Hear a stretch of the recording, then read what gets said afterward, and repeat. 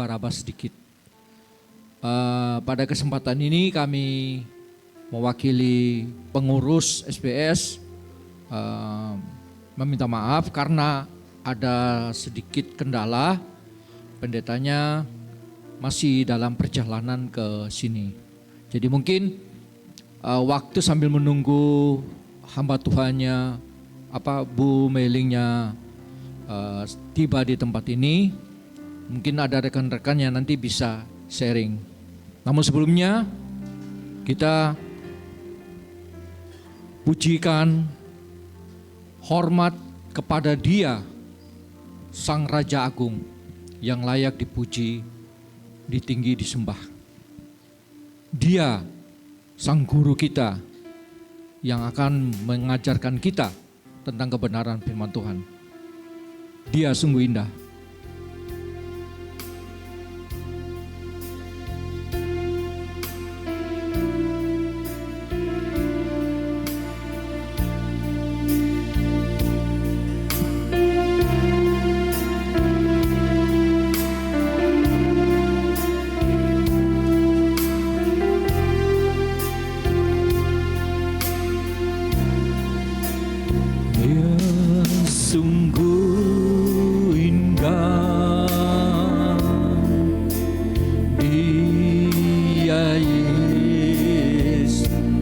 Ajaib, Dia mulia, Dia agung. Dia ajaib, Dia mulia, Dia agung. Dia cinta daku dan ampuniku. Bahkan rela berikan nyawanya. Kita katakan sekali lagi, Dia sungguh indah. Dia sungguh indah. Dia sungguh indah. Dia Yesus, ya benar itu. Dia ajaib, Dia mulia, Dia agung. Ya benar. Dia cinta daku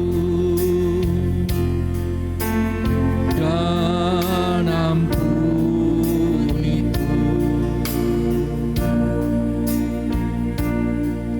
Bahkan rela berikan nyawanya untuk selamatkanku.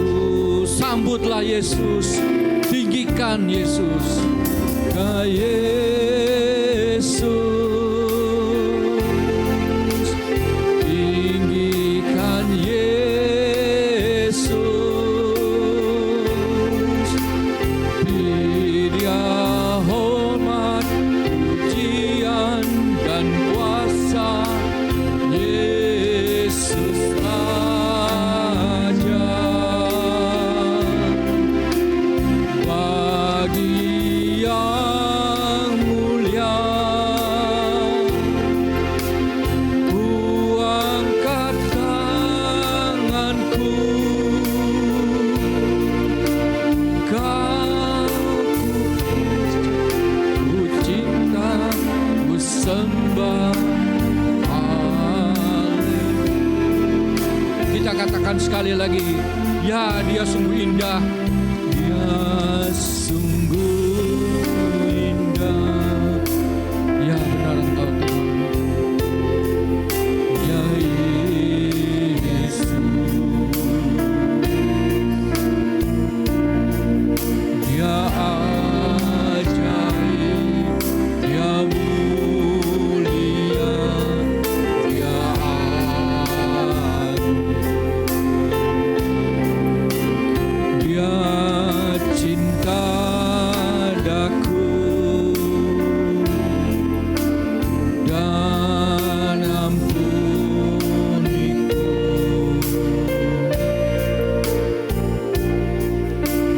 akan rela berikan nyawanya untuk saya undang teman Bapak Ibu sekalian untuk bangkit berdiri. Kita memberikan hormat puji kepada Dia.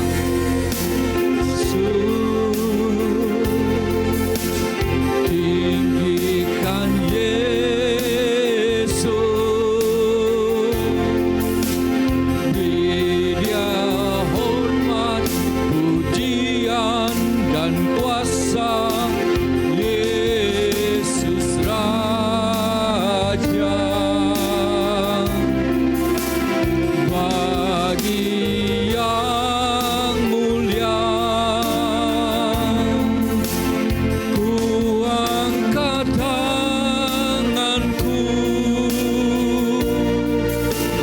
Kau ku puja, ku cinta, ku sembah. Haleluya. Sambutlah Yesus, sambutlah Yesus, tinggikan Yesus, beri Dia hormat, pujian dan kuasa. Yesus Raja, bagi yang mulia ku angkat tanganku, Kau ku puja, ku cinta, ku sembah. Kau ku puja, ku cinta, ku sembah. Kau ku puja, ku cinta, ku sembah. Haleluya.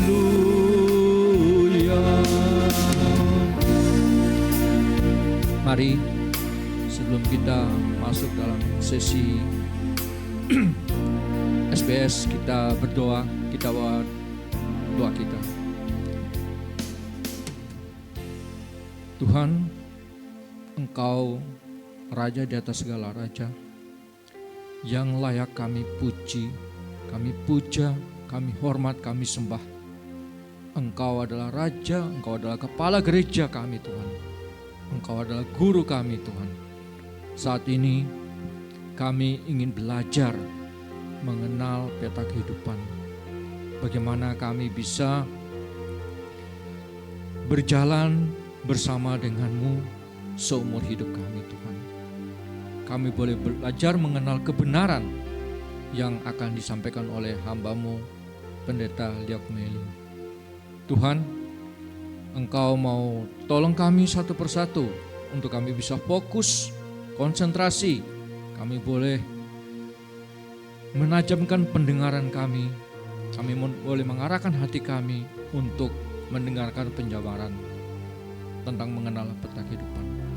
Tolong kami semua Tuhan, dan Tuhan jaga acara ini, jauhkan daripada yang jahat, sehingga kami boleh mendapatkan berkat dari acara ini Tuhan. Di dalam nama Tuhan kami Yesus Kristus, kami berdoa dan bersyukur. Amin. Silakan duduk. Tadi sudah seperti saya singgung, tema kita adalah mengenal peta kehidupan. Apa itu mengenal peta kehidupan akan dijabarkan oleh Ibu Pendeta Liak Meling. Cuman secara garis besar yang kita lihat kemarin waktu di video itu, bahwa pusat dari itu semua adalah Yesus Kristus. Sehingga di saat kita mau belajar tentang mengenal peta kehidupan, kita mau berjalan bersama Dia, Sang Juru Selamat, yang menjadi guru dan juru selamat kita.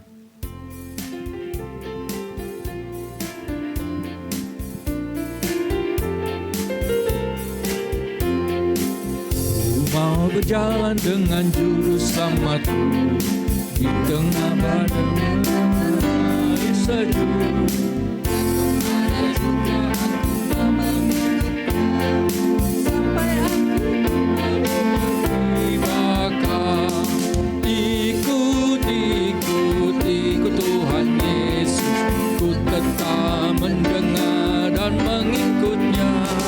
Ikut, ikut, ikut Tuhan Yesus. Ya kemana juga ku bersama juru selamat hatiku teguh di lembah dan bukit yang perlu ku tempuh. Sama juru selamat hatiku teguh di lembah dan bukit yang perlu ku tempuh. Tuhanku membimbing aku pada jalannya yang menuju rumah Allah yang bakal. Ikut, ikut, ikut Tuhan Yesus dan mengikutnya. Ikut, ikut, ikut Tuhan Yesus. Ya kemana ikut, ikut, ikut. Ikut, ikut, ikut Tuhan Yesus. Ku tetap mendengar dan mengikutnya. Ikut, ikut, ikut Tuhan Yesus. Ya kemana juga ku mengikutnya. Ya kemana juga ku mengikutnya. Saya persilakan Ibu lagi.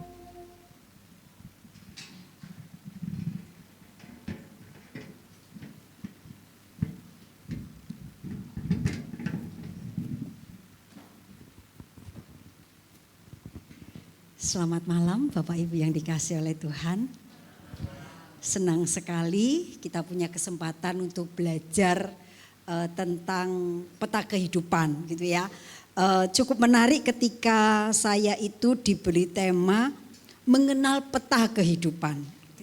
Kalau kita mendengar kata peta, itu yang terbayang oleh kita waktu dulu saya masih SD itu ya. Kalau mau ujian, itu kan ada ujian peta buta gitu ya. Jadi ada gambar peta, kemudian ditunjuk tempat-tempat, kita disuruh nyebutkan ini kota apa gitu ya. Dulu waktu saya masih sekolah itu saya paling takut kalau pelajaran peta buta gitu ya. Waduh ini buta sungguh-sungguh ini ya. Apalagi kalau kemudian ngomong Indonesia gitu ya, Jawa Timur. Waduh ini kota-kotanya di mana gitu ya. Nah, cukup menarik ketika kita itu diajak untuk melihat sebuah tema mengenal peta kehidupan. Wah, ini lebih luar biasa lagi ya. Peta kehidupannya siapa gitu ya. Peta kehidupan kita.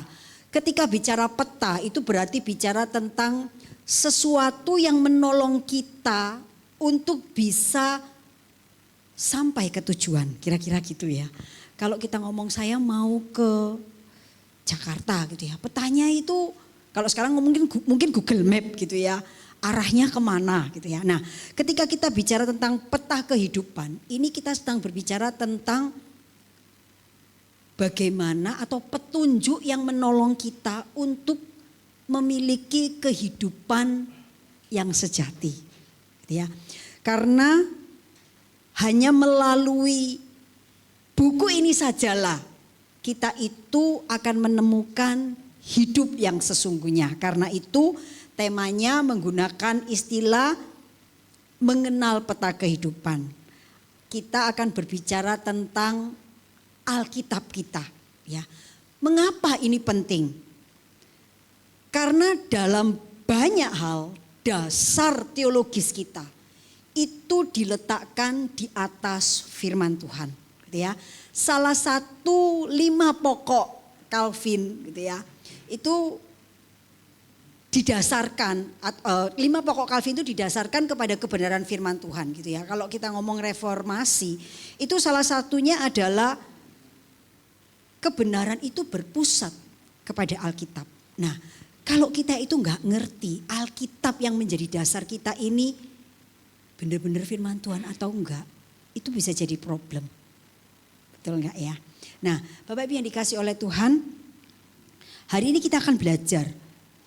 Benar nggak sih Alkitab yang kita percaya itu benar-benar firman Tuhan? Bagaimana Alkitab itu bisa terbentuk? Prosesnya kayak apa? Kenapa ini penting bagi kita? Sebagai orang Kristen, kita tidak cukup hanya jadi orang Kristen yang dalam tanda petik beriman. Tapi kita itu tidak bisa menjelaskan atau membuktikan bahwa iman kita itu adalah iman yang bisa dipertanggungjawabkan. Gitu ya. Jadi kalau kita ikut PA hari ini, kita belajar tentang firman Tuhan. Kita itu sedang belajar untuk, bukan kita meragukan iman kita. Bukan ya, tetapi kita memastikan bahwa saya itu bisa mempertanggungjawabkan iman saya. Kalau saya ditanya, itu saya enggak cuma jawab, pokoknya saya beriman. Kalau orang tanya, saya enggak bisa ngomong, pokoknya pendeta saya di gereja itu ngomongnya gitu. Penjelasannya kayak apa aku enggak tahu, pokoknya enggak bisa. Kita harus cukup mengerti bahwa iman yang kita pahami atau yang kita yakini itu bisa dipertanggungjawabkan, ya. Untuk mengawali saya mengajak kita untuk melihat satu bagian firman Tuhan di dalam 1 Timotius 4 ayat yang ke-6. Mari kita melihat di dalam 1 Timotius 4 ayat yang ke-6. 1 Timotius 4 ayat yang ke-6. Bagian ini memang ditulis oleh Rasul Paulus kepada Timotius berkaitan dengan ajaran sesat gitu ya. Tetapi bagian ini juga menjadi pengingat bagi kita gitu ya. 1 Timotius 4 ayat 6 berkata demikian.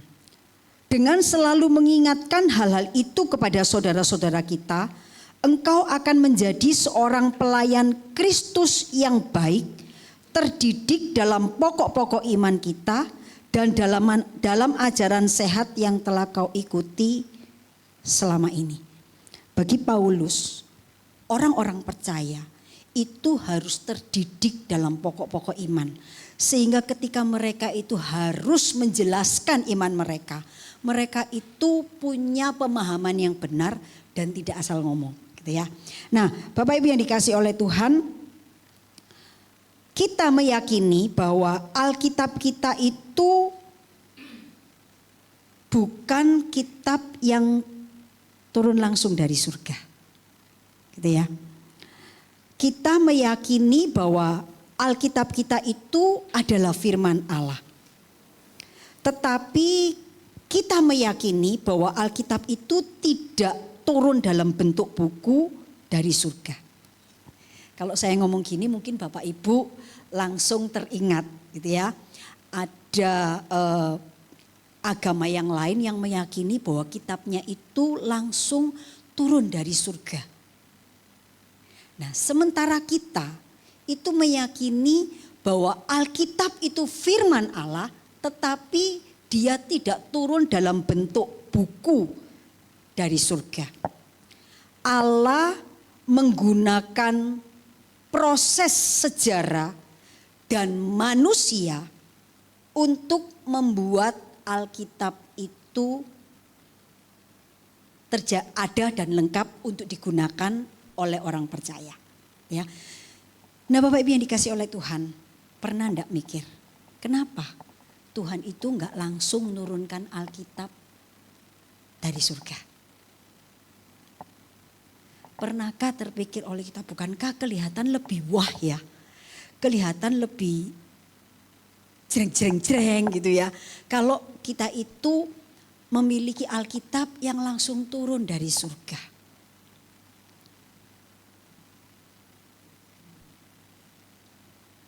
Pernah enggak mikir kenapa Allah itu lebih memilih untuk menggunakan proses sejarah, menggunakan manusia untuk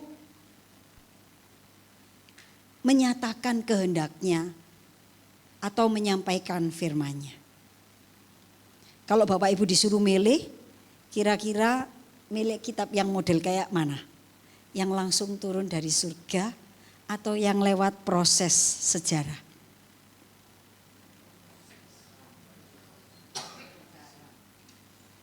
Kenapa?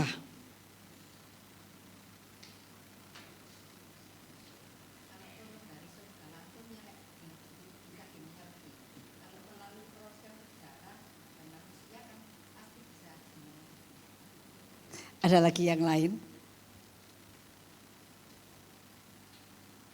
Silakan.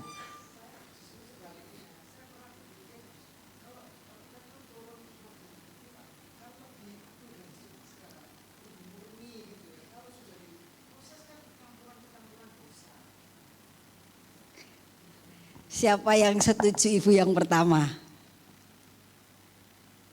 Siapa yang setuju ibu yang kedua? Yang lainnya? Terserah ibu aja deh. Bapak Ibu yang dikasih oleh Tuhan, saya yakin dan percaya ketika Allah itu memilih proses itu Allah punya alasan. Gitu ya. Tetapi yang paling penting kita tahu sebetulnya Alkitab itu apa sih?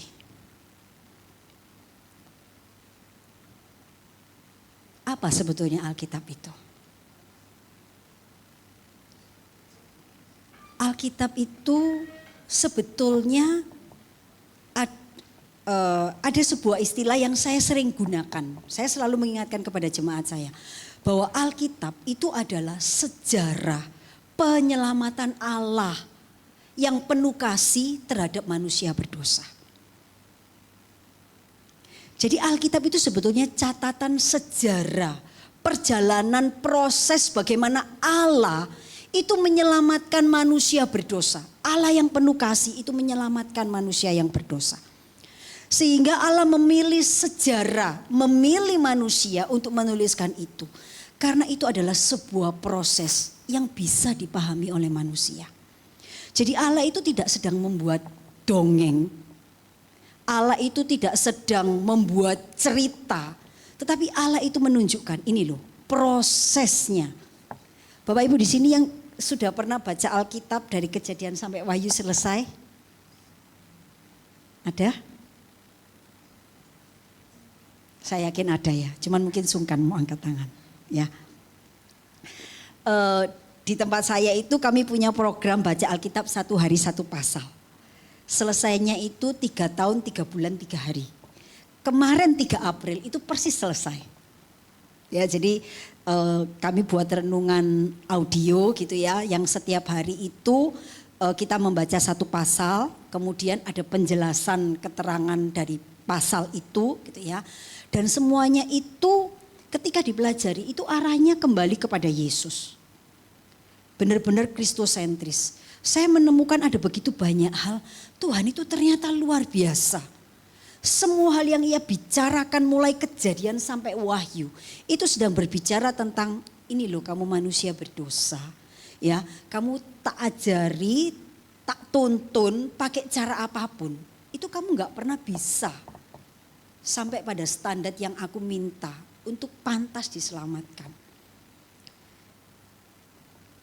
Dan hanya melalui Yesus sajalah kamu bisa diselamatkan. Ya, jadi kalau bicara Alkitab, kita sedang berbicara tentang sejarah penyelamatan manusia berdosa oleh Allah yang penuh kasih.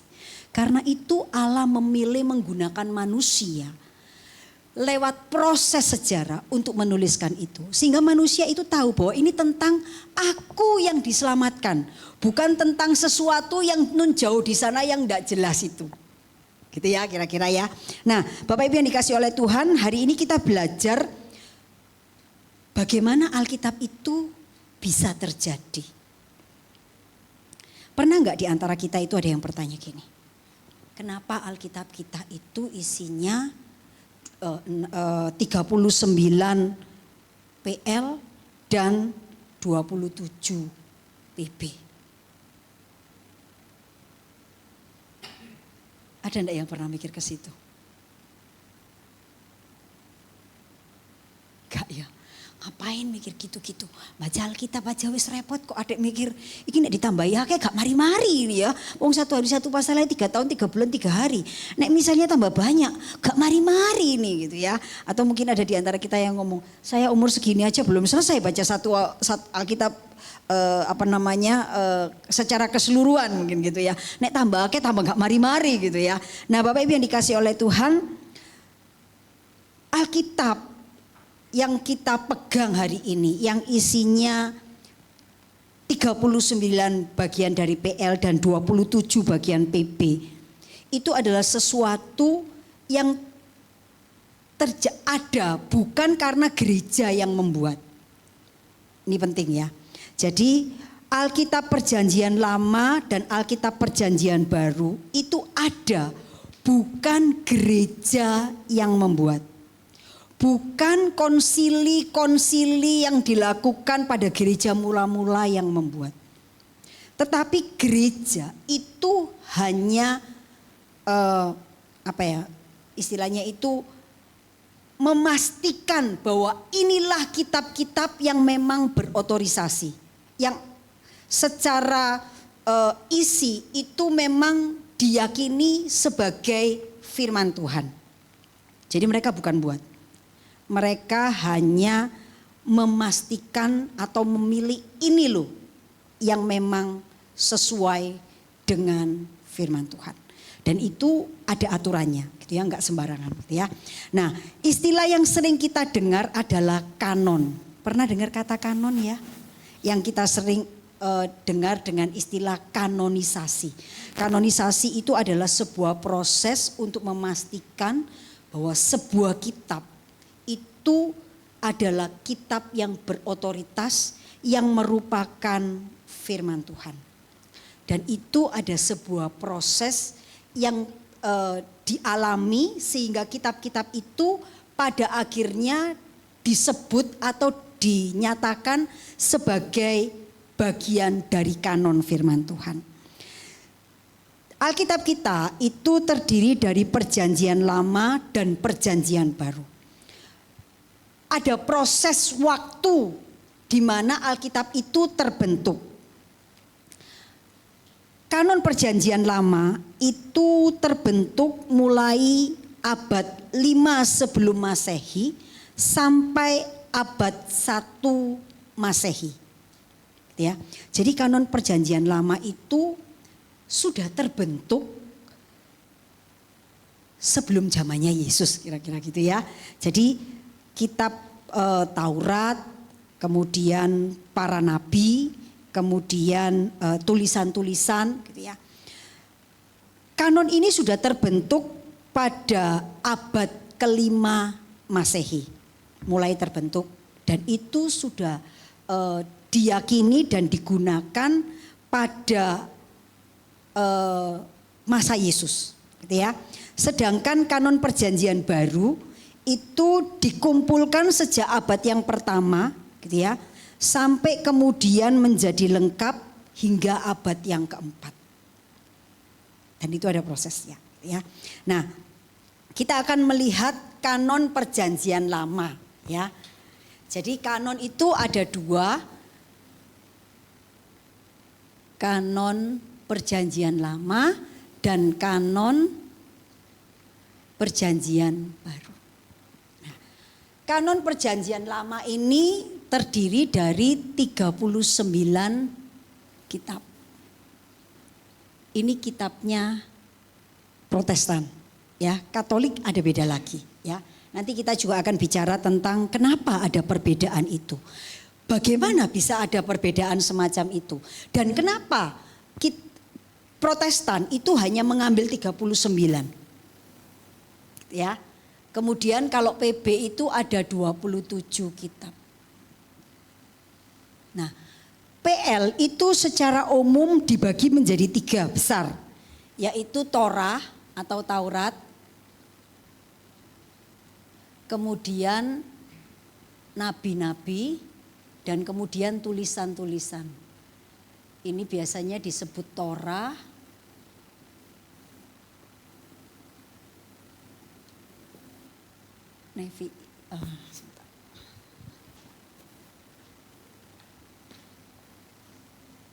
saya takut nulisnya keliru.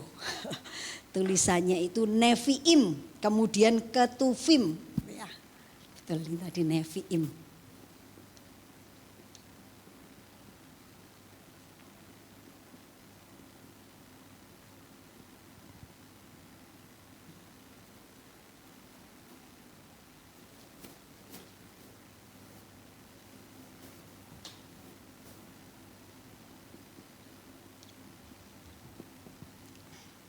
Yang termasuk Torah, tahu apa saja?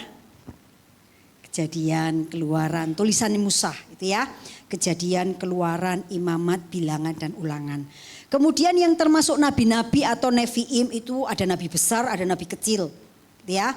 Kemudian tulisan-tulisan seperti Mazmur, Amsal, Ayub, ya. Nah, memang kalau kita melihat susunannya itu bukan kronologis. Ya. Jadi kalau kita mikir susunan Alkitab itu kan Yesaya, Yeremia, itu bukan susunan yang sifatnya kronologis. Ya. Itu disusun dengan kriteria tertentu tetapi sifatnya tidak kronologis. Gitu ya. Karena kalau kita lihat misalnya raja-raja, Yesaya itu paralel atau dia menjadi nabi ketika masa raja-raja siapa gitu ya. Jadi itu kalau kita perhatikan susunan Alkitab kita itu bukan susunan yang sifatnya kronologis. Gitu ya. Di dalam Perjanjian Lama. Nah, kanon Perjanjian Lama ini sudah terbentuk ketika Yesus pada masa Yesus. Kalau kita tanya kenapa kok kanon PL itu hanya ini saja gitu ya. Jadi kanon PL ini yang mengumpulkan atau yang menentukan itu bukan gereja mula-mula. Ini sudah ada pada masa orang Yahudi. Jadi kanon ini sudah terbentuk ketika masa Yesus. Ya, kalau kita melihat, mari kita lihat di dalam Lukas pasal 24 ayat 44. Mari kita lihat. Lukas 24 ayat 44. Lukas 24 ayat 44. Silakan, mungkin ada yang mau membantu membaca.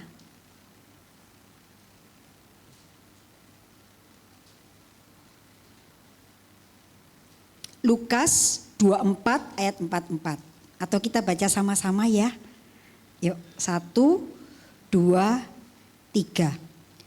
Ia berkata kepada mereka, inilah perkataanku yang telah kukatakan kepadamu ketika aku masih bersama-sama dengan kamu, yakni bahwa harus digenapi semua yang ada tertulis tentang aku dalam kitab Taurat dan kitab nabi-nabi dan kitab Mazmur.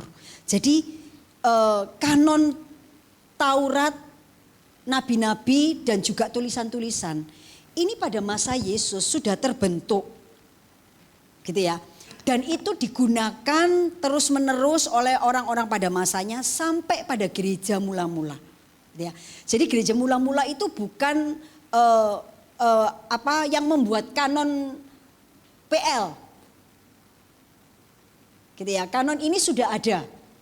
Dan Yesus sendiri di dalam beberapa aktivitasnya dia mengutip. Kalau kita lihat ya, Yesus kan seperti ada tertulis gitu ya. Seperti ada tertulis. Nah, itu merujuk kepada kanon Perjanjian Lama ini atau yang biasanya disebut dengan kanon Ibrani. Ini adalah bagian yang dipercaya oleh orang-orang Yahudi atau orang Ibrani pada masa itu sebagai firman Allah. Kalau kita membaca di dalam PL gitu ya, kita pernah melihat ada satu masa gitu ya di mana raja menemukan tulisan nabi-nabi gitu ya. Dan mereka membaca ulang gitu ya. Kalau kita ingat ya ada satu bagian firman Tuhan di kitab Raja-Raja itu di mana ketika mereka menemukan kembali tulisan-tulisan dan mereka membaca ya. Nah, itu merujuk kepada kanon Perjanjian Lama. Dan ini sudah terbentuk pada masa Yesus. Ya. Kemudian kalau kita lanjutkan kepada kanon Perjanjian Baru, ya, kanon Perjanjian Baru terbentuknya itu relatif lebih singkat ya, tetapi kita tetap meyakini bahwa itu melalui proses yang cukup intens gitu ya. Bagaimana kanon-kanon ini bisa terjadi? Kenapa Alkitab yang kita percayai 27 kitab mulai Matius, Markus, Lukas, Yohanes, Kisah Rasul, Roma, Korintus dan selanjutnya itu yang kemudian diyakini sebagai kanon dalam Perjanjian Baru. Kita mungkin pernah mendengar ada Injil Thomas gitu ya, atau surat-surat yang lain yang ditemukan setelah itu Kenapa itu tidak diakui? Apa yang menyebabkan itu tidak diakui? Apakah karena ini wis kadung dicetak kayak gini, jadi wis jangan nambah-nambahi lagi repot. Apakah seperti itu? Bapak Ibu yang dikasih oleh Tuhan, sebuah tulisan itu dinyatakan sebagai tulisan yang berotoritas atau tulisan yang diyakini sebagai firman Allah, itu ada aturannya, gitu ya. Seperti saya katakan tadi, kanon. Kata kanon itu dari bahasa aslinya itu berarti tongkat pengukur. Artinya bahwa sebuah tulisan itu diakui sebagai firman Tuhan. Itu ada kriteria tertentu yang diterapkan. Kalau misalnya dia memenuhi 3 kriteria, tapi 2 kriteria yang lain gak memenuhi, gak bisa. Oh dia itu 4 loh, cuman kurang 1, tetap gak bisa. Harus memenuhi semua kriteria itu. Bapak Ibu yang dikasih oleh Tuhan, mari kita melihat landasan ya, apa yang menyebabkan sebuah tulisan itu diakui sebagai firman Allah, ya. Yang pertama, yang harus bahwa tulisan itu ditulis oleh rasul atau rasul saksi mata atau orang-orang yang dekat dengan para rasul, gitu ya. Jadi kalau kita lihat Matius misalnya, Markus, Lukas, Yohanes, itu adalah orang-orang yang dekat dengan rasul atau mereka ini menjadi saksi mata perjalanan Yesus. Karena itu kalau kita lihat Lukas gitu ya, di dalam tulisannya yang pertama, mari kita lihat ya, Lukas.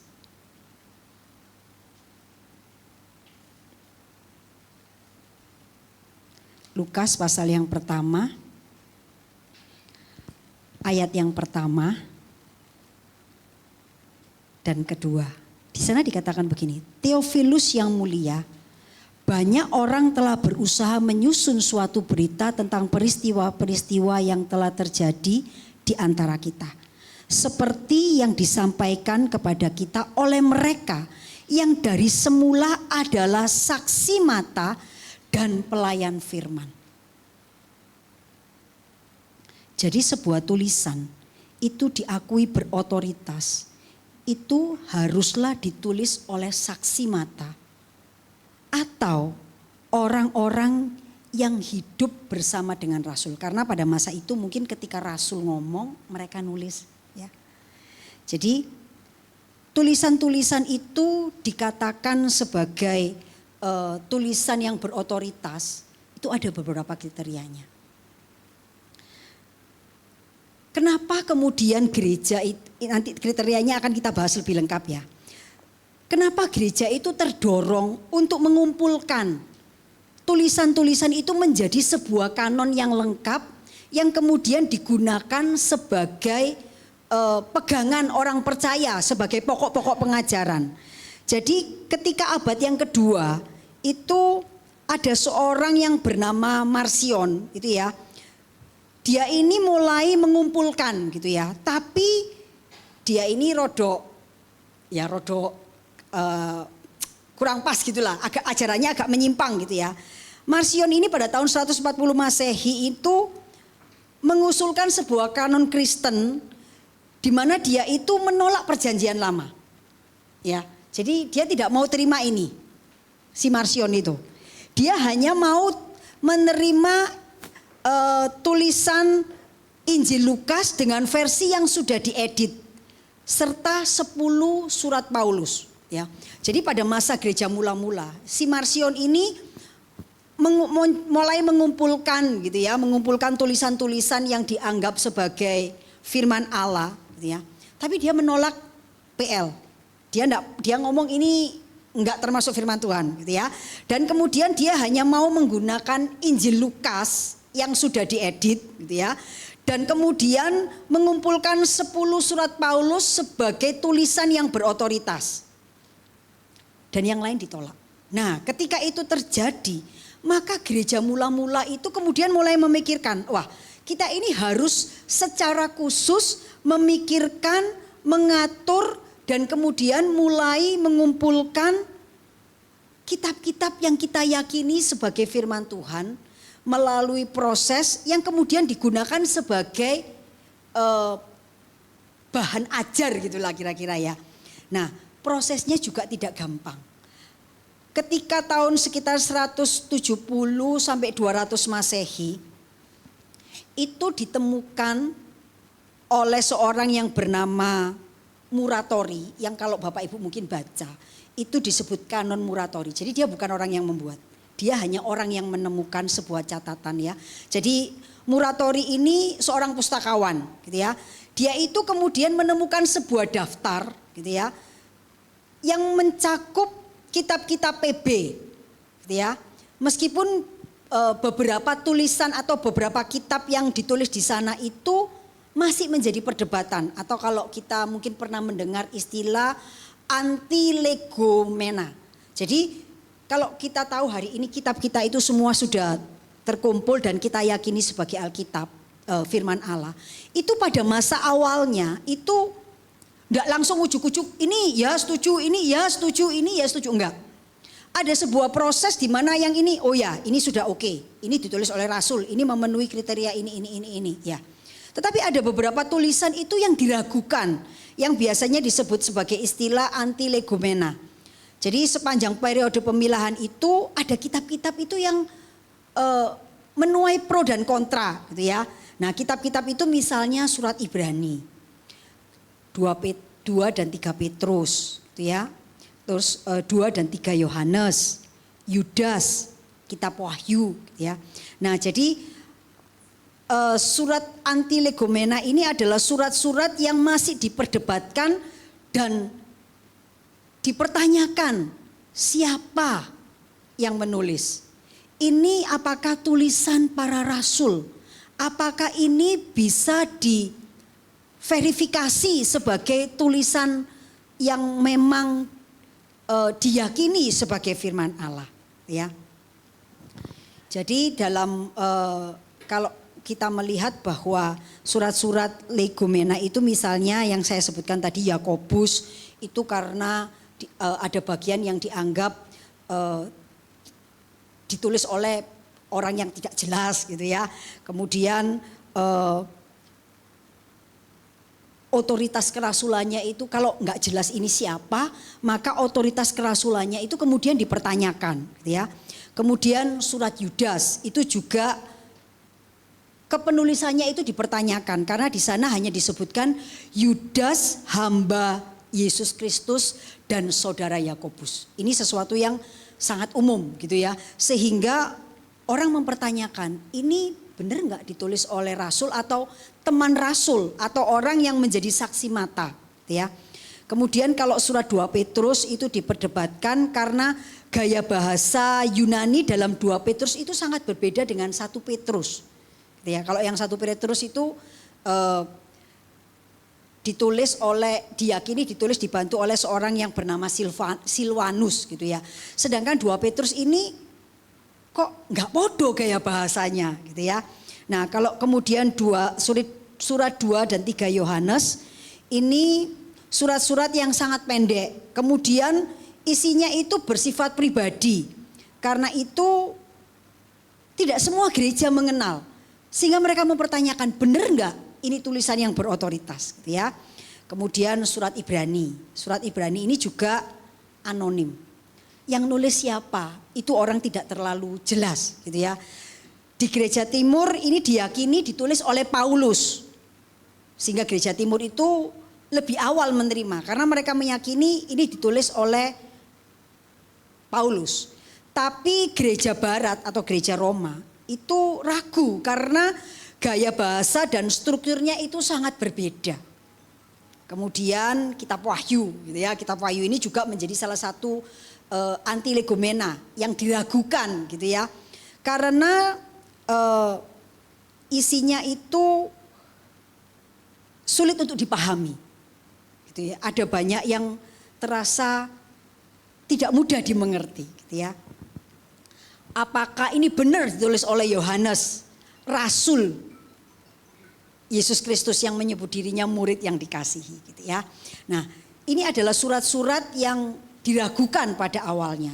Tetapi setelah di dalam prosesnya gitu ya, melalui berbagai macam penelitian, itu akhirnya disahkan oleh Konsili Hippo, diyakini ini sebagai tulisan-tulisan yang berotoritas dan diyakini sebagai tulisan-tulisan yang ditulis oleh rasul-rasul atau teman rasul atau saksi mata yang kemudian diyakini sebagai firman Tuhan yang berotoritas. Nah, pengesahannya atau kemudian kitab ini terkumpul itu disahkan itu abad keempat dan abad kelima, gitu ya. Disahkannya itu ketika Athanasius itu menulis surat Paskah tahun 367. Athanasius ini seorang uskup di Alexandria, ya. Nah, ketika dia itu menulis sebuah surat pada masa Paskah atau surat Paskah, itu dia sudah menuliskan 27 kitab perjanjian baru. Jadi waktu dia itu mungkin kira-kira mungkin kayak seperti membuat semacam kata sambutan gitu mungkin ya. Jadi surat Paskah itu dia telah menyebutkan 27 kitab perjanjian baru. Dan kemudian kitab-kitab ini diresmikan atau disepakati bersama oleh gereja sebagai kanon yang resmi itu di Konsili Hippo dan Konsili Kartago. Konsili Hippo itu dilakukan di tahun 393 dan Konsili Kartago itu tahun 397. Jadi di abad yang keempat kanon ini sudah disahkan dan terbentuk. Dan Alkitab kita itu disebut kanon yang tertutup. Artinya apa? Tidak ada kemungkinan bahwa akan ditambahkan kitab yang baru. Kanon kita itu diyakini telah lengkap, telah tuntas, dan tidak ada tambahan lagi. Tapi bukan berarti kemudian kitab-kitab yang lain yang ditemukan itu enggak dimasukkan karena Alkitab itu kanon tertutup. Enggak ya. Tetapi karena memang surat-surat yang baru yang ditemukan itu secara kanonisasi tidak sesuai. Ya, memang tidak sesuai dengan kriteria kanon. Nah, sekarang kita akan melihat kriteria kanon perjanjian baru. Kalau yang PL ini kita sudah tidak memperdebatkan lagi karena kanon ini sudah terbentuk sejak masa Yesus dan ini diyakini ya. Nah, cuman ini akan berproblem ketika ada bagian dari kanon ini yang ditambahkan di dalam Septuaginta ya. Apa itu Septuaginta? Septuaginta itu adalah terjemahan Alkitab PL ke dalam bahasa Yunani. Jadi Alkitab PL ini kan aslinya dalam bahasa Ibrani. Ya, Ibrani yang tulisannya kayak Hono Coroko itu ya, hurufnya gitu ya. Kalau yang Yunani itu kan yang alfa, beta, gamma, theta itu ya. Nah, kalau yang Ibrani itu alef, bet, gimel, dalet gitu ya. Jadi Alkitab PL itu awalnya ditulis dalam bahasa Ibrani. Nah, tetapi di dalam perkembangannya kita tahu bahwa orang-orang Israel itu banyak yang diaspora dan mereka tinggal di daerah-daerah yang berbahasa Yunani. Sehingga kemudian Alkitab PL ini diterjemahkan dalam bahasa Yunani. Gitu ya, yang kemudian disebut dengan Septuaginta. Ya. Nah, itu yang kemudian nanti akan ada problem. Kenapa Alkitab kita, Alkitab yang kita pegang hari ini beda dengan Alkitabnya orang Katolik. Kalau orang Katolik itu ada tambahan yang disebut Deuterokanonika. Gitu ya. Kenapa kita enggak ngikuti itu? Itu nanti ada penjelasannya. Tetapi sumber problemnya adalah pada terjemahan Septuaginta. Kenapa Alkitab kita itu berbeda dengan Katolik? Kalau Alkitab Protestan itu memegang kanon Ibrani yang mula-mula. Ya, kanon Ibrani yang mula-mula ya ini 39 kitab ini. Ya, yang sudah terbentuk dan diyakini pada masa Yesus. Nah, tetapi di dalam proses penterjemahannya dari bahasa Ibrani ke bahasa Yunani, Septuaginta itu menambahkan di dalam kumpulannya itu kitab-kitab Deuterokanonika. Ya, karena itu kenapa orang Katolik itu memegang Deuterokanonika. Itu juga ada sejarahnya. Mungkin saya jelaskan sedikit sebelum kita masuk kepada kriteria kanon gitu ya. Jadi kalau kanon Protestan itu mengikuti tradisi orang Yahudi, yaitu 39 kitab Perjanjian Lama yang terdapat di dalam kanon Ibrani.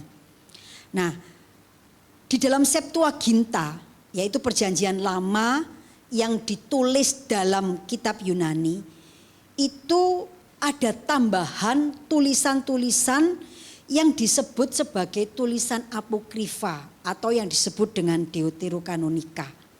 Nah, isinya itu misalnya tambahannya Tobit, Yudit, 1-2 Makabe, Kebijaksanaan Salomo, Sirak, Baruk, serta tambahan pada kitab Ester dan Daniel. Jadi di dalam kitab apokrifa itu ada tambahan Ester, tambahan Daniel gitu ya, yang disebut dengan kitab Deuterokanonika. Jadi kitab apokrifa itu adalah kitab-kitab yang isinya baik, tetapi itu bukan firman Tuhan. Nah, nanti kita akan lihat kenapa itu tidak diyakini sebagai firman Tuhan gitu ya. Jadi kalau kitab kita itu 39 kitab, sedangkan kitabnya Katolik itu ada 46 kitab Perjanjian Lama. Karena ada tambahan 7 ya kan, kalau kita 39 ini 46, ada 7 tambahan yang disebut dengan Deuterokanonika atau apokrifa itu. Nah, kenapa kita gereja Protestan itu hanya mengakui yang 39?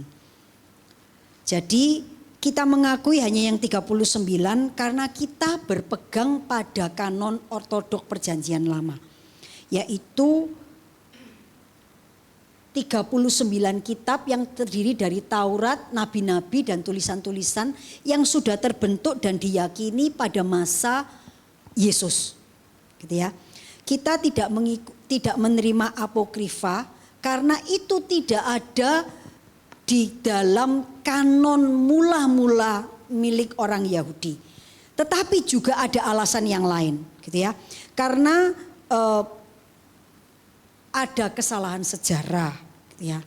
Ada hal-hal yang tidak sesuai, gitu ya. Sehingga kemudian itu tidak memenuhi kanon atau kriteria kanon, sehingga kita orang Protestan tidak memasukkan itu sebagai bagian dari kanon Perjanjian Lama. Nah, sekarang kita akan masuk kepada kriteria kanon ya. Kita bicara tentang kanon PB. Karena kalau kanon PL ini kita sudah meyakini dan menerima apa yang ditulis oleh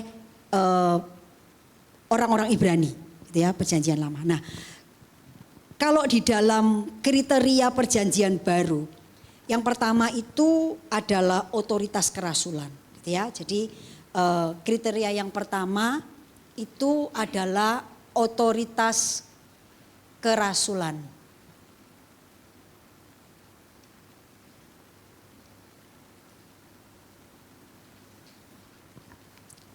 Artinya tulisan-tulisan itu ditulis oleh para rasul atau orang-orang yang dekat dengan para rasul ya. Misalnya Yohanes Markus ya. Yohanes Markus itu bukan rasul tetapi dia adalah orang yang bersama-sama dengan Paulus, yang kemudian melihat dan menyaksikan, dan kemudian dia menuliskan gitu ya. Yohanes Markus ini adalah orang yang menulis Injil Markus ya. Jadi apa yang ditulis, jadi sebuah kitab itu untuk bisa dinyatakan sebagai firman Tuhan kalau tulisan itu memiliki otoritas kerasulan, yaitu ditulis rasul atau teman atau rekan dari rasul atau saksi mata langsung, ya. Seorang yang memiliki hubungan yang dekat atau yang erat dengan para rasul. Seperti saya katakan tadi, Markus yang menjadi penterjemah dari Petrus dan Lukas dan rekan seperjalanan dari Paulus. Jadi dia ini saksi mata. Dia lihat, dia tahu sehingga dia itu tulisannya itu dianggap sebagai tulisan yang berotoritas. Kemudian yang kedua, sebuah tulisan itu dianggap sebagai tulisan yang berotoritas atau dinyatakan sebagai tulisan yang berotoritas apabila ajarannya itu sesuai dengan kebenaran dan aturan iman, ya.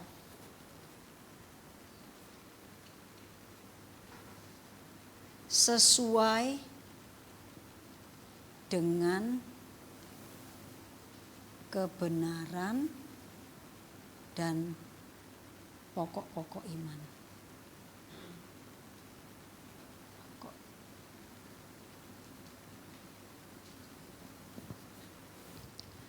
Ajaran kebenaran dan pokok-pokok iman yang diajarkan oleh Yesus. Gitu ya. Jadi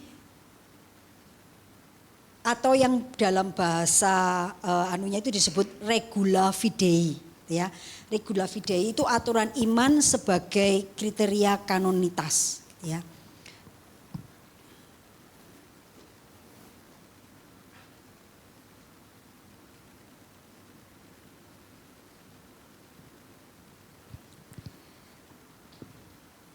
Jadi ketika gereja mula-mula itu mengumpulkan kitab-kitab, mulai memverifikasi kitab-kitab itu, memastikan bahwa tulisan-tulisan itu tulisan-tulisan yang tidak bertentangan dengan perjanjian lama dan juga yang sesuai dengan ajaran Yesus.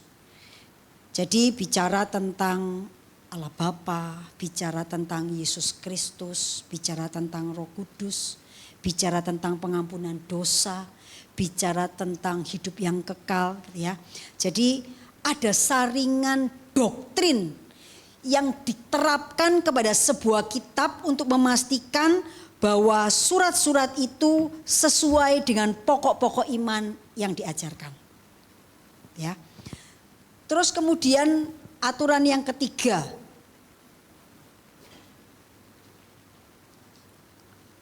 apakah kitab-kitab ini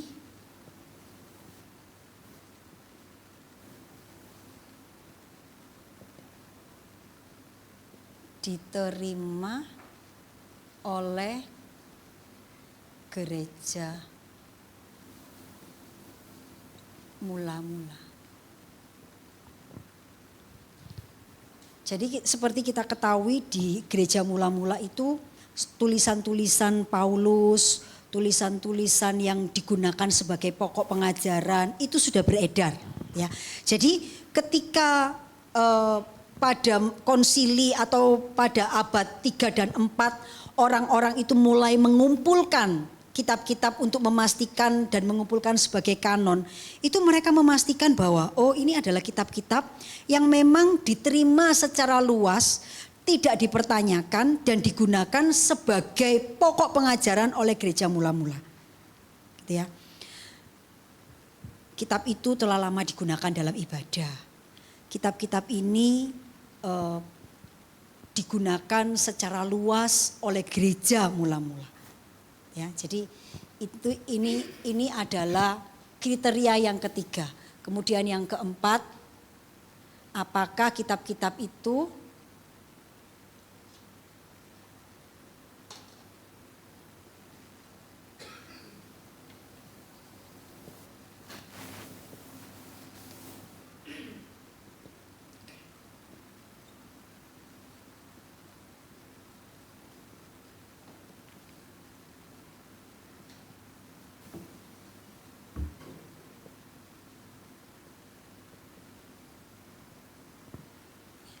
apakah kitab-kitab ini diterima dan juga digunakan di dalam ibadah, gitu ya.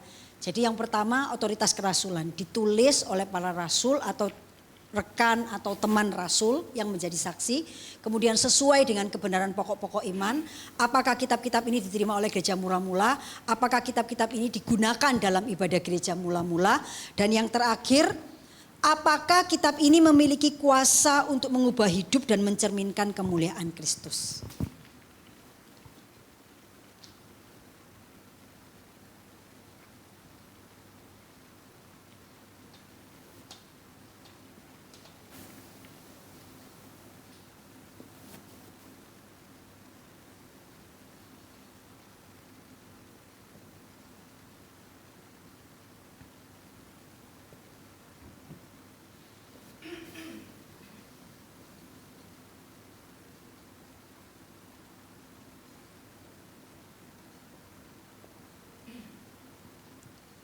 Jadi ini adalah 5 kriteria yang diterapkan untuk memastikan apakah sebuah kitab itu sesuai dengan layak untuk menjadi bagian dari kanon. Nah, kenapa kitab-kitab yang ditemukan kemudian itu seperti misalnya Injil Thomas gitu ya. Kemudian surat Laodikia, kemudian kisah Paulus dan Tekla itu ya. Itu kemudian ditolak ya. Karena kalau Injil Thomas itu di dalam tulisannya itu lebih bersifat ajaran gnostik. Tidak sesuai dengan ajaran para rasul. Karena itu kemudian Injil Thomas meskipun namanya itu kayak murid Yesus, Thomas, tetapi itu tidak diterima sebagai bagian dari kanon. Ya, ada yang namanya Thomas kah di sini?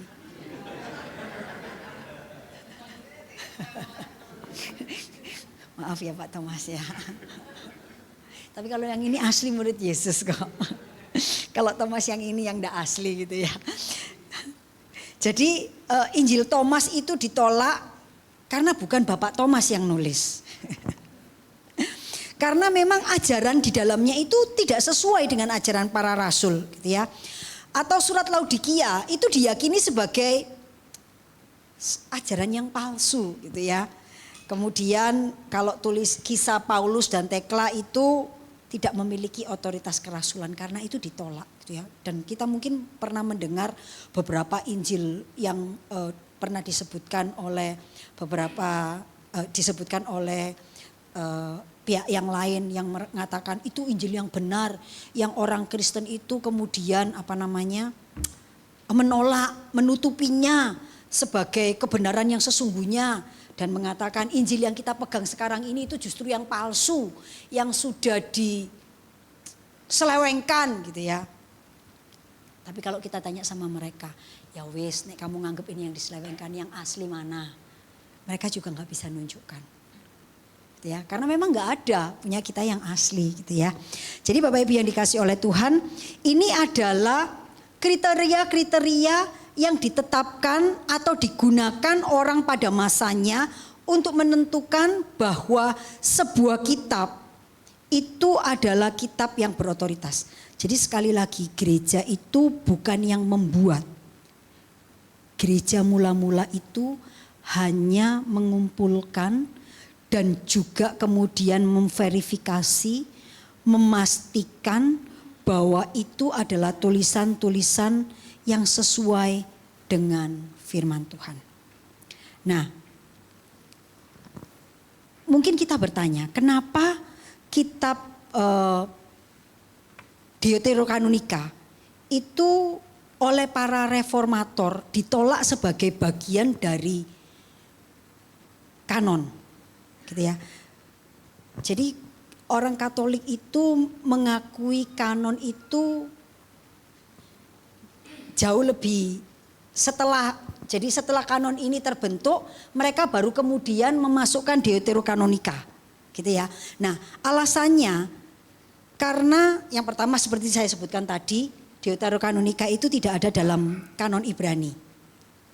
Ya, kanon Ibrani sudah terbentuk, tetapi Septuaginta kemudian menambahkan kitab apokrifa itu di dalam kanon Ibrani.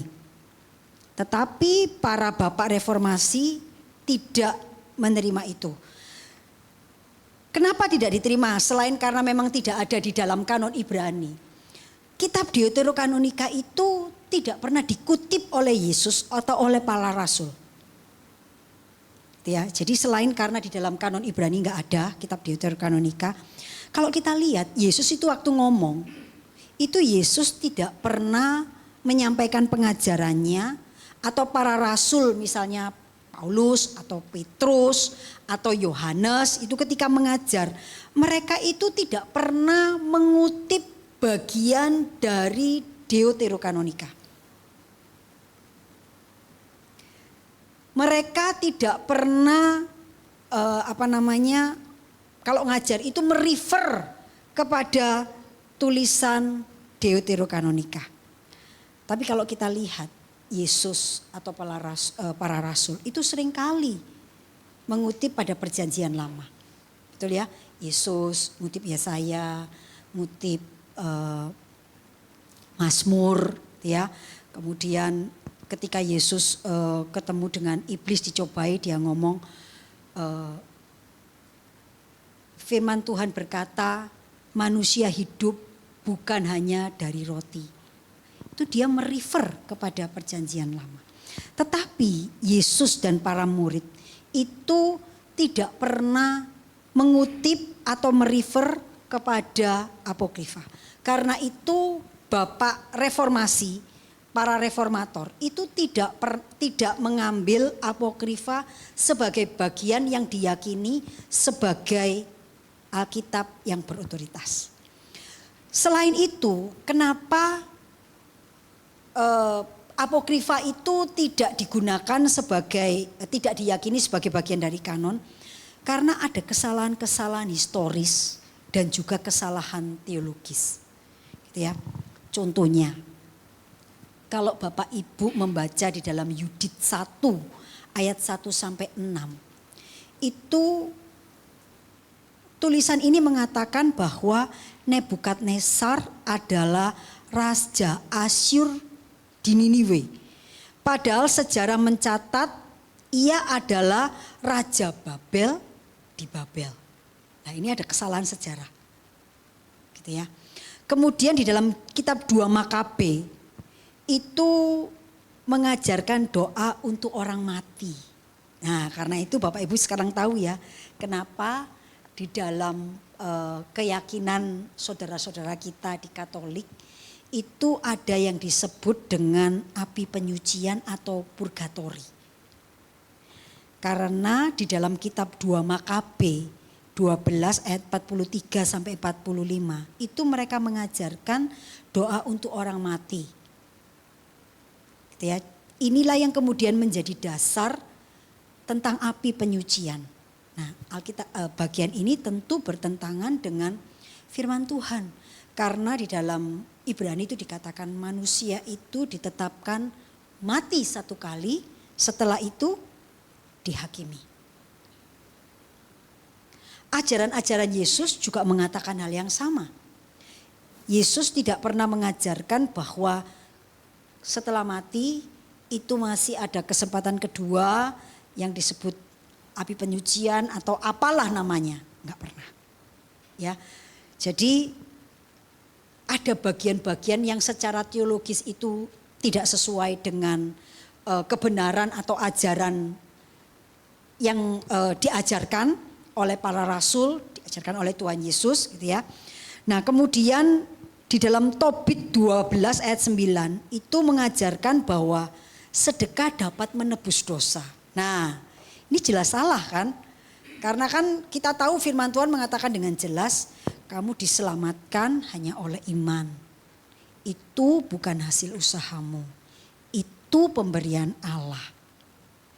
Itu bukan hasil pekerjaanmu. Jangan ada orang yang memegahkan diri. Jadi selain kita itu tidak mengakui Deuterokanonika itu karena tidak ada di dalam kanon PL, ia juga tidak pernah dikutip oleh Yesus atau oleh para rasul saat mengajar. Kemudian juga ada kesalahan-kesalahan secara historis dan teologi.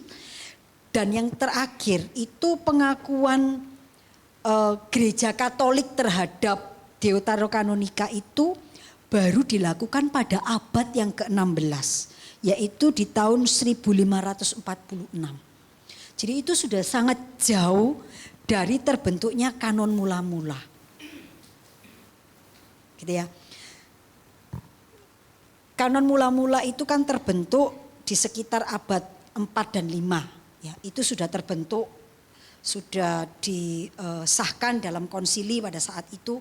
Nah, pengakuan gereja Katolik terhadap kitab Deuterokanonika itu baru terjadi di Konsili Trente tahun 1546. Jadi baru sekitar abad 16. Karena itu kemudian bapak-bapak reformasi itu menolak kitab Deuterokanonika. Ya. Jadi kenapa kita hanya menerima 66 kitab? 27 kitab perjanjian baru dan 39 kitab perjanjian lama. Karena hanya 66 kitab inilah yang memenuhi kriteria kanonisasi. Yang cukup jelas, memiliki sejarah yang bisa dipertanggungjawabkan, diterima sebagai firman Allah yang diilhamkan, sehingga gereja Protestan memastikan bahwa ini tidak perlu mendapat tambahan apa-apa lagi. Ini sudah lengkap dan tertutup sebagai pokok pengajaran bagi orang percaya. Nah, Bapak Ibu yang dikasihi oleh Tuhan, menjadi penting bagi kita untuk meyakini bahwa Alkitab itu bukan sekedar kumpulan tulisan kuno yang dipilih oleh manusia berdasarkan pertimbangan rasional atau politis saja, ya. Jadi rupanya pada masa itu juga ada hal-hal yang terkait dengan politis mungkin gitu ya. Sehingga kemudian dikatakan bahwa tulisan-tulisan ini dikumpulkan dan dibuat itu bukan semata-mata karena keinginan manusia atau berdasarkan keputusan-keputusan rasional manusia saja.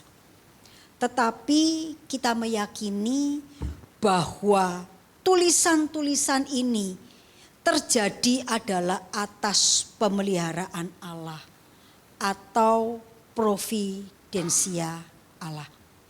Yang kita yakini bekerja sepanjang sejarah. Jadi Bapak Ibu yang dikasih oleh Tuhan, mengapa kalau nanti kita belajar berikutnya ya, kenapa Alkitab itu diyakini sebagai firman Allah. Salah satu poin yang sangat penting itu adalah bahwa berita yang ada di dalam Alkitab itu dari PL sampai PB itu semuanya punya benang merah yang jelas. Ditulis oleh orang yang berbeda-beda. Ditulis oleh orang dengan masa yang jauh, ya, ratusan tahun. Kemudian ditulis orang-orang yang secara intelek itu beda-beda, macam-macam. Gaya bahasanya itu juga lain-lain, gaya penulisannya itu juga lain-lain. Tetapi isinya itu mengarah kepada hal yang sama. Yaitu bicara tentang manusia yang berdosa, yang tidak akan pernah bisa selamat dengan usahanya sendiri. Dan gongnya itu ketika Yesus datang, di mana Allah menunjukkan hanya ini harapanmu untuk berkenan di hadapanku. Hanya melalui Yesus yang mati di atas kayu salib untuk menebus dosamu. Jadi kalau kita itu baca perjanjian lama, itu kita akan melihat sebuah pola yang ditunjukkan oleh Allah kepada kita. Ini loh ya, kamu manusia berdosa. Kamu tak kasih aturan. Ketika keadaanmu baik, kamu berdosa lagi. Kamu dihukum. Ya, bertobat. Kemudian ketika keadaan membaik, kamu jatuh di dalam dosa yang sama, kamu jatuh lagi di dalam dosa.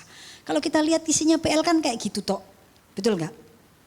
Mulai zaman Adam, kemudian Kain, kemudian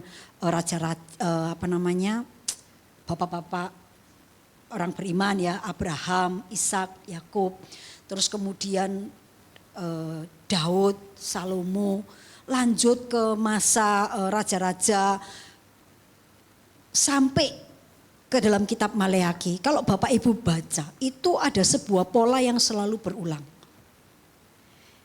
Allah menyatakan kasih-Nya, mereka melakukan dosa, Allah menyatakan kasih-Nya, kemudian ditolong, diperbaiki, kemudian jatuh lagi di dalam dosa, kemudian Allah memberikan aturan, ini kamu mesti gini, mereka juga tidak bisa ngikuti. Gitu ya. Sebetulnya ketika Allah itu memberikan aturan, Allah tahu nggak sih sebetulnya manusia itu nggak bisa? Kira-kira sebetulnya Allah tahu nggak? Kenapa Allah masih ngasih aturan?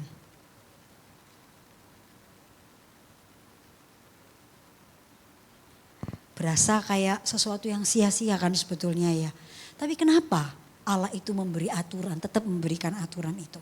Sebetulnya kalau kita baca di dalam tulisannya Rasul Paulus tentang Taurat di dalam Roma. Allah itu sedang menunjukkan kepada kita. Kita ini kan manusia yang suka ngeyel, betul nggak? Kita itu kan merasa bisa, aku bisa. Kita kan sering ngeyel, ya. Tapi Allah itu sebetulnya penuh kasih, Allah itu baik luar biasa. Kalau saya baca satu hari satu pasal yang kami ikuti itu ya, yang kemudian ada penjelasan-penjelasan itu. Ya, kami itu kemudian disadarkan, iya Allah itu kalau disebut panjang sabar dan besar kasih karunia itu memang luar biasa, gitu ya. Jadi Allah itu sebetulnya ingin menunjukkan kepada kita. Kamu gini toh, ya wes. Kamu mau nyoba toh jadi orang baik, ya wes tak kasih aturan. Tetap nggak bisa toh. Ini loh, kamu tak kasih jalan keluar kayak gini. Tetap nggak bisa toh. Ini loh, yang terakhir. Kamu cuma punya pengharapan di dalam Yesus. Dan kalau kita baca dari PL sampai PP, itu ngarah kepada hal yang sama. Ya, jadi Bapak Ibu yang dikasih oleh Tuhan, kalau kita mau melihat dengan sungguh-sungguh bahwa Alkitab kita itu terbentuk bukan semata-mata karena gereja itu punya niat baik. Ayo dikumpulkan acaranya ini supaya nanti bisa dipakai. Tetapi itu adalah cara Allah memelihara firman-Nya. Bagaimana ia di dalam otoritasnya memastikan bahwa firman-Nya yang disampaikan kepada manusia itu kemudian terkumpul dengan baik gitu ya, dan bisa digunakan sebagai landasan untuk kemudian digunakan sebagai pengajaran sepanjang masa. Ya. Bapak Ibu yang dikasih oleh Tuhan, kita meyakini bahwa Alkitab itu terbentuk di dalam pemeliharaan Allah. Karena kita yakin bahwa para penulisnya itu mendapat inspirasi atau pimpinan Roh Kudus.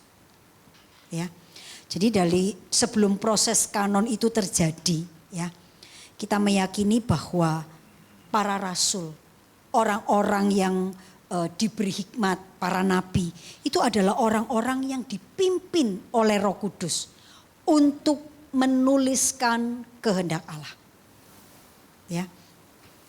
Rasul Paulus di dalam 2 Timotius 3 ayat 16 itu berkata, segala tulisan yang diilhamkan Allah memang bermanfaat untuk mengajar, untuk menyatakan kesalahan, untuk memperbaiki kelakuan, dan untuk mendidik orang dalam kebenaran. Nah, kata diilhamkan Allah itu di dalam bahasa aslinya berasal dari kata theopneustos. Artinya ditiupkan oleh Allah. Ya. Jadi ini menunjukkan kepada kita bahwa para penulis Alkitab itu menulis karena sumbernya itu atau otoritas utamanya itu diberikan oleh Allah sendiri. Jadi bukan gereja. Bukan gereja, oh ya ini tulisan berotoritas. Bukan. Tetapi Allah sendiri yang memberi ilham untuk mereka menuliskan. Karena itu tugas gereja itu bukan untuk menjadikan kitab-kitab itu sebagai kanon. Gereja tidak punya otoritas untuk menjadikan sebuah kitab itu menjadi kanon. Tetapi gereja itu hanya mengakui, mengesahkan bahwa kitab-kitab ini adalah kitab-kitab yang diilhamkan oleh Allah dengan kriteria-kriteria yang diberikan. Itulah kenapa di awal saya mengatakan Allah itu menggunakan sejarah dan juga manusia. Ya, Allah menggunakan hikmat manusia, Allah menggunakan manusia untuk kemudian memastikan bahwa firman-Nya itu tersampaikan dengan baik. Proses pembentukan kanon PL itu berlangsung selama lebih dari 1000 tahun, gitu ya. Tulisan-tulisan mulai Taurat, kemudian nabi-nabi, kemudian tulisan-tulisan itu prosesnya, tulisannya ya, bukan pengumpulannya. Kalau pengumpulannya itu kan terjadi, saya sebutkan tadi 5 sebelum Masehi sampai tahun 1 Masehi. Tetapi proses penulisannya itu sendiri itu lebih dari 1000 tahun. Namun umat percaya bahwa Allah itu memelihara komunitas orang Israel untuk memelihara firman Allah. Ya. Jadi di awal itu firman Allah itu dalam tanda petik gitu ya, dititipkan kepada orang Israel gitu ya. Karena itu Paulus di dalam Roma 3 ayat 1-2 itu menjelaskan keunggulannya orang Yahudi. Kenapa sih orang Yahudi itu dianggap unggul gitu ya, kalau kita baca di dalam Roma gitu ya. Orang yang dipilih oleh Allah, dipilih dalam arti apa? Apakah dia lebih istimewa dari kita? Apakah dia lebih baik dari kita sehingga dia dipilih? Kalau kita lihat sesungguhnya di dalam perjanjian lama itu Israel itu bangsa yang tegar tengkuk, betul enggak ya? Bahkan Allah itu ngomong kamu itu bangsa yang bebal, yang gak bisa membedakan tangan kanan dan tangan kiri.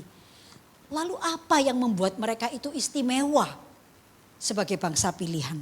Karena mereka ini adalah orang-orang yang dipercaya untuk menyampaikan firman Allah.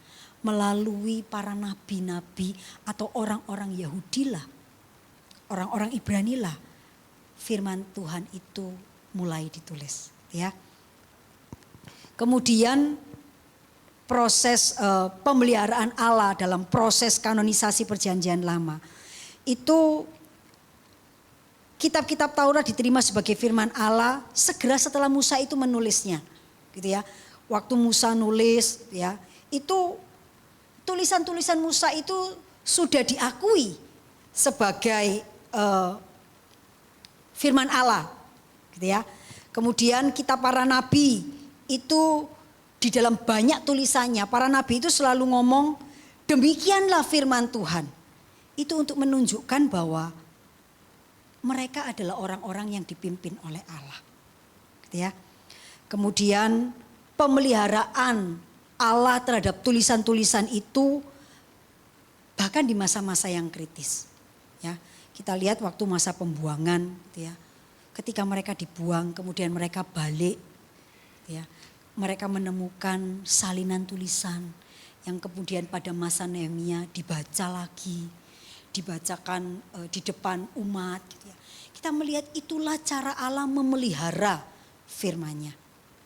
Ya, jadi di dalam PL itu Allah menitipkan firman Tuhan kepada orang-orang Yahudi. Kemudian Allah itu menunjukkan tulisan-tulisan itu sebagai bagian firman Allah melalui para nabi ketika mereka ngomong inilah firman Tuhan. Jadi Bapak Ibu kalau melihat di Alkitab ada tulisan inilah firman Tuhan.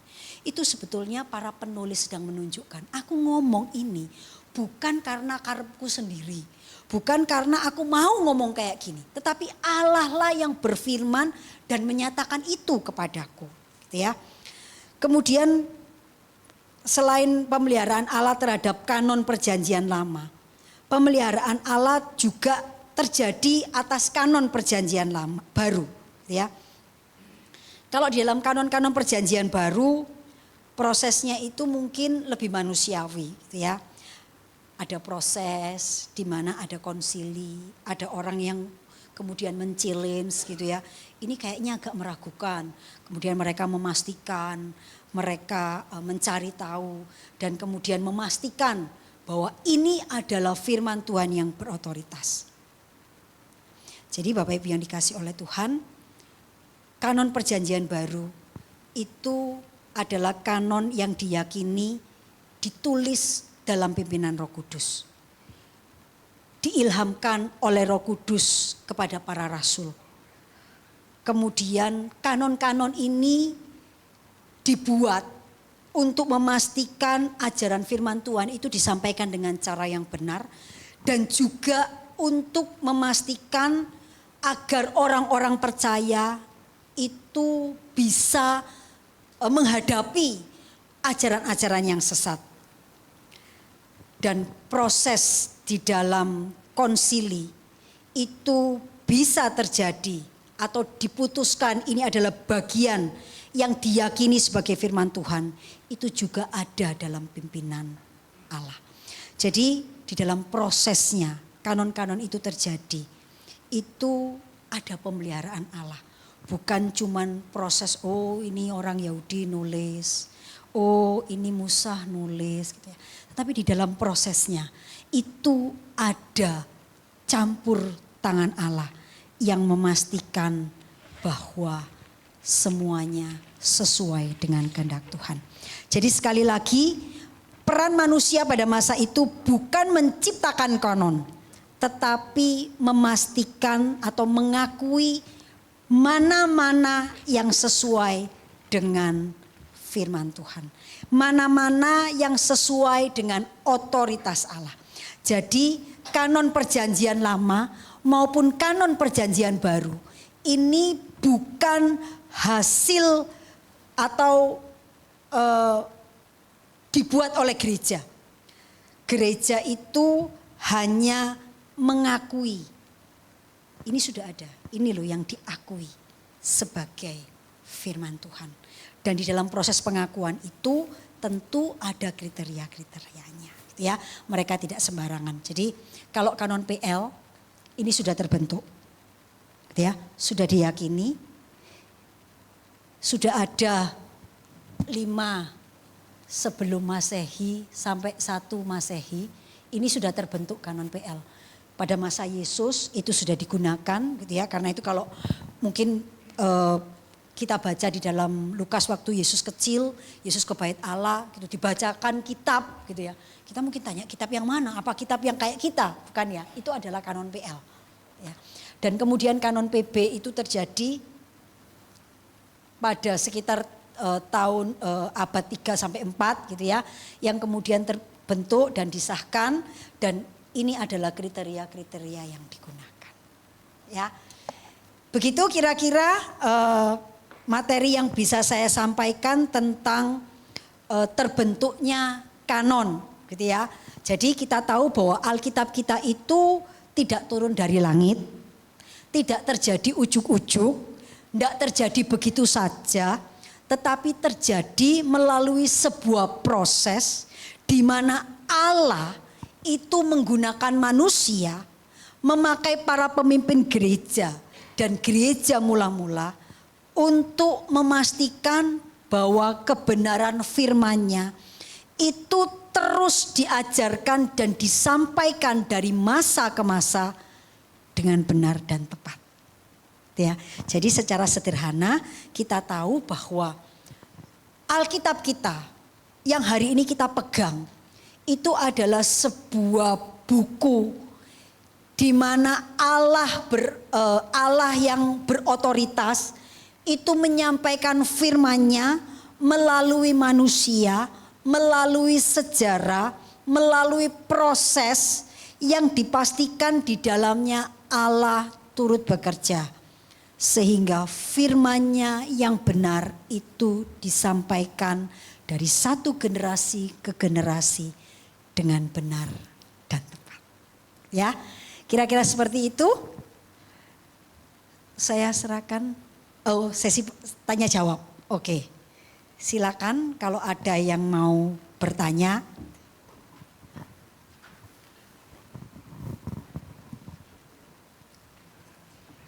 Silakan. Terima kasih Bu. Saya mau menanyakan, kitab-kitab ini kan ditemukan, kemudian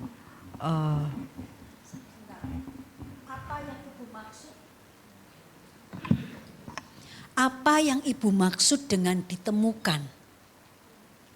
bukan ditemukan, dikumpulkan. Ya. Ya, dikumpulkan. Apakah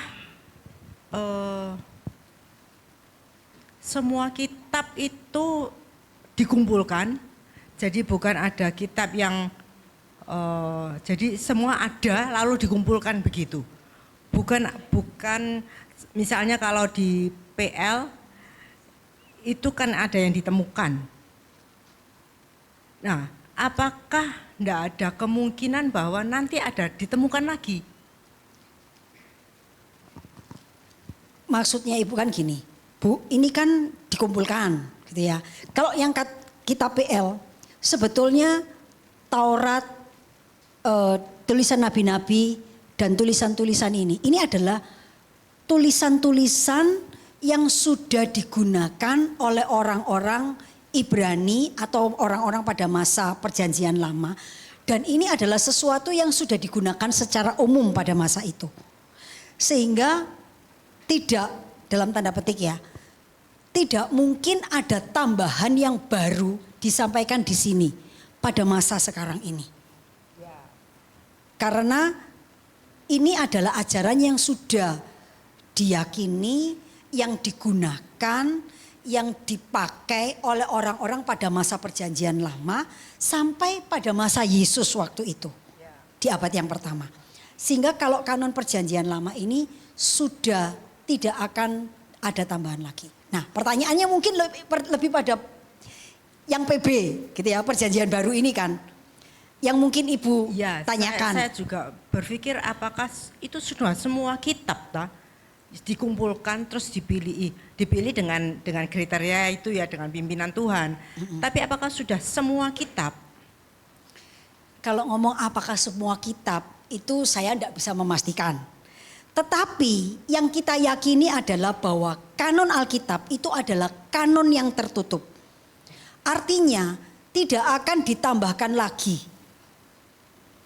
Itu yang pasti. Tidak akan ditambahkan lagi. Mungkin Ibu tanya, loh Bu, nanti misalnya tiba-tiba ditemukan tulisannya Paulus kepada jemaat di Laodikia misalnya gitu ya. Apakah itu nggak bisa dimasukkan sebagai bagian dari kanon? Hari ini saya katakan tidak bisa. Karena gereja meyakini bahwa kanon Alkitab itu tertutup. Sudah tidak ditambahkan lagi. Yang menutup itu ya gereja-gereja ini kan? Ya, di awal itu kan konsili ya waktu itu ya. Waktu itu adalah konsili yang memastikan, saya yakin ketika mereka itu memutuskan ini, itu prosesnya sudah berabad-abad loh. Enggak 1-2 bulan gitu ya, kayak kita nulis buku gitu ya. Justru karena itu berabad-abad, ternyata pada abad kesekian loh dibuka lagi berarti, ya kan? Jadi gini, seperti saya ngomong ini ya, kriterianya kanon ya, kriterianya kanon. Yang pertama otoritas kerasulan, ya itu ditulis oleh rasul atau saksi mata atau orang-orang yang dekat dengan rasul gitu ya, yang mungkin nemeni rasul-rasul waktu mereka pelayanan, nemeni Paulus, nemeni Petrus gitu ya. Nah, ketika ini tulisan-tulisan mereka itu digunakan oleh gereja mula-mula, saya yakin bahwa tulisan-tulisan yang waktu itu digunakan untuk pokok pengajaran itu pasti nggak akan dalam tanda petik kemudian ketelesut, hilang, disimpan, nggak ketahuan kemana. Saya yakin tidak. Jadi tulisan-tulisan yang ditulis oleh rasul-rasul untuk ngajar, Misalnya ketika Paulus itu nulis kepada jemaat di, saya agak lupa Filipi atau mana itu ya. Dia itu tulisan itu diyakini bukan hanya untuk saya agak lupa, maafkan, saya takut keliru. Misal ya, kepada jemaat di, saya agak lupa Filipi atau Tesalonika ya, saya agak lupa. Itu adalah tulisan yang sebetulnya tidak ditujukan secara khusus untuk jemaat di Filipi. Tetapi itu semacam surat edaran yang dia tulis untuk diedarkan, dibaca oleh jemaat-jemaat di Asia Kecil. Gitu ya. Sempat ada yang ngomong, sebetulnya ada tulisan Paulus yang lain yang sampai hari ini tidak ditemukan, katanya. Ya, kalau kita baca latar belakang beberapa kitab gitu ya, kalau kita baca buku-buku pengantar perjanjian baru gitu ya, itu kadang mereka menyebutkan. Nah, di dalam proses ini kan ada kriteria, tetapi ada satu yang kita tidak boleh lupa, yaitu pemeliharaan Allah. Allah itu kalau mau, misal dalam tanda petik ya, Allah itu kalau mau tulisan yang tadi dikirim Paulus dan diedarkan kepada jemaat-jemaat itu digunakan sebagai pokok pengajaran. Saya yakin tidak sulit bagi Allah untuk membuat mereka itu menemukan. Gitu ya. Ini omongan saya, bukan tulisan ya, dan bukan teologis gitu ya. Ini omongan saya ya, supaya nanti ibu enggak salah paham. Oh katanya ibu pendeta itu, enggak. Ini omongan saya gitu ya. Tetapi saya yakin Allah itu sangat berkuasa. Loh, Allah memelihara tulisan ini 1000 tahun bisa kok. Gitu ya. Waktu masa mereka pembuangan ke Babel, ada tulisan-tulisan itu yang hilang. Tapi ketika zamannya Nehemia, dia balik. Dia nemukan tulisan-tulisan itu dan dibacakan kembali.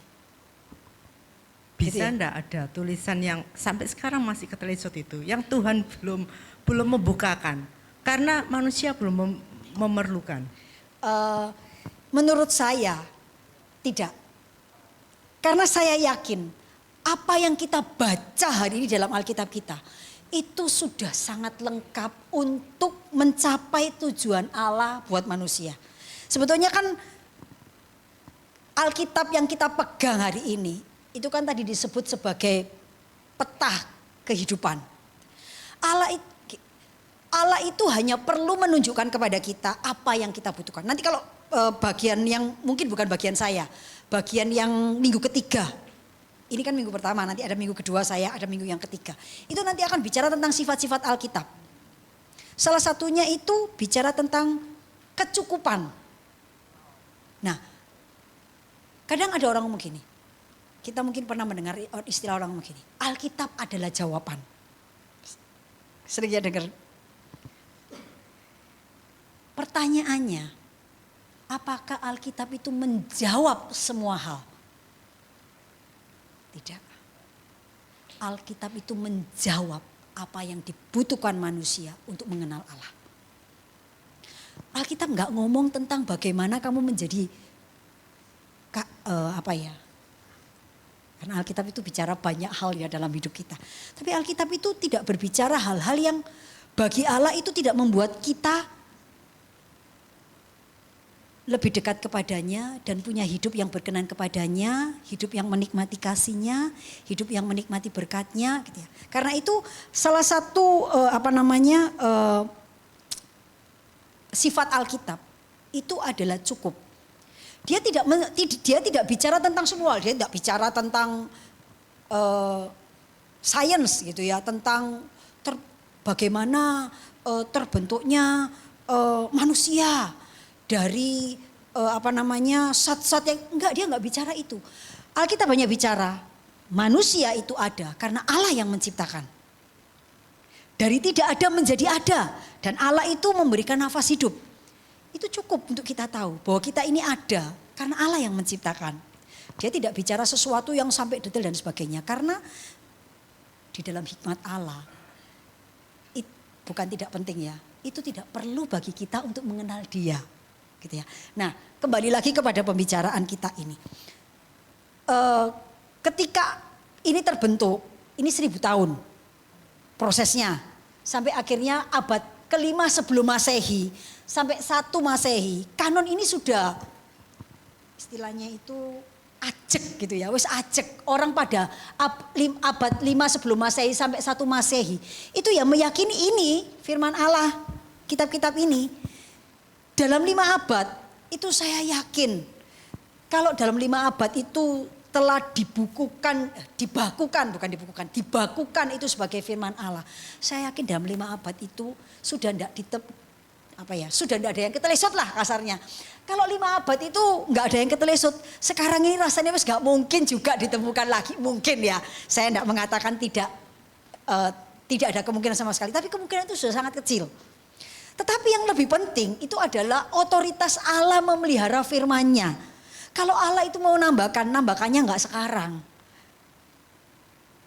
Ya toh, karena sekarang ini kalau kita mau jujur, sudah tidak ada yang perlu lagi, tidak ada yang kurang kok dari Alkitab itu. Dia sudah memberi tahu kepada kita ini loh, jalan yang paling utama. Kamu dibenarkan, setelah dibenarkan kamu dikuduskan. Sebetulnya kan itu aja tuh problem kita. Kamu manusia berdosa. Kalau kamu mau berkenan, kamu dibenarkan oleh Allah. Kalau kamu sudah dibenarkan, nextnya apa? Dikuduskan. Ya udah, ini prosesnya. Setelah itu apa? Kalau itu Tuhan datang duluan, ya kita disempurnakan. Kalau kita berangkat duluan, ya kita berjumpa dengan Tuhan dan mendapatkan kesempurnaan di dalam Dia, keselamatan yang sempurna di dalam Dia. Jadi sebetulnya tidak ada lagi yang kita butuhkan untuk menjadi penuntun dalam hidup kita, gitu ya. Ini omongan saya, bukan omongannya teolog dogma gitu ya. Tetapi saya meyakini bahwa di dalam proses ini itu Allah turut bekerja. Karena itu terakhir saya membicarakan tentang pemeliharaan Allah terhadap proses itu, gitu ya. Nah, demikian juga terhadap tulisan-tulisan dalam Perjanjian Baru. Sebetulnya change yang paling besar kemungkinan itu kan di dalam PB, gitu ya. Karena kan ini ditulis dalam proses yang cukup melibatkan banyak orang gitu ya. Saya tak minum sebentar. Ini melibatkan banyak orang. Kemudian di banyak tempat gitu ya. Ada jemaat-jemaat yang terutama kan tulisan-tulisannya si Paulus gitu ya. Justru kalau mau ngomong ini berandai-andai. Kalau ada yang ketelesut, itu mungkin yang paling banyak ketelesut itu mungkin di PB. Karena itu kalau kita lihat tulisan-tulisan yang muncul Injil Thomas dan sebagainya, itu lebih mengarah kepada hal-hal yang terkait dengan aktivitas Perjanjian Baru. Gitu ya. Tetapi sekali lagi, proses ini juga tidak pendek.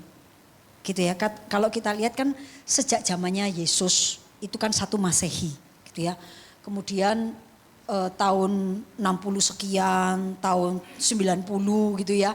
Itu sudah tulisan-tulisan itu sudah digunakan oleh gereja mula-mula untuk disampaikan, untuk diajarkan, untuk kemudian menjadi pokok pengajaran gereja-gereja.